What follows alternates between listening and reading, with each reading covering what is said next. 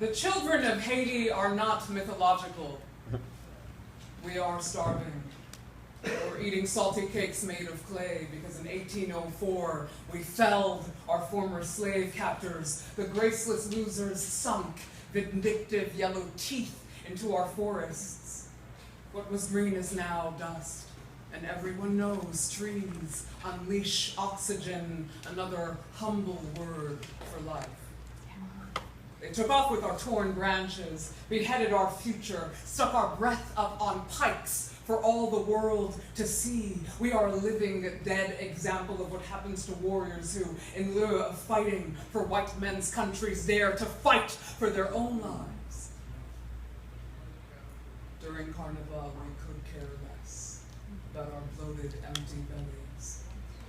Where there are voices, we are dancing. Where there is voodoo, we are horses.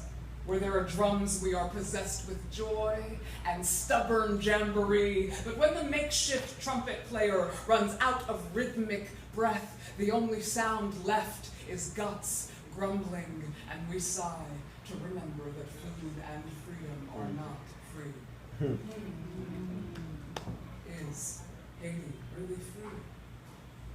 If our babies die starving, if we cannot write our names, read our rights, keep our leaders in their seats, can we be free, really, if our mothers are mud, if dead Columbus keeps cursing us and nothing changes when we curse back? We are a proud, resilient people, though we return to dust daily. Salt gray clay with hot black tears, savor snot cakes over suicide. We are hungry, creative people.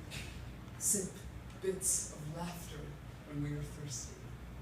Dance despite this asthma called debt congesting legendarily liberated lungs.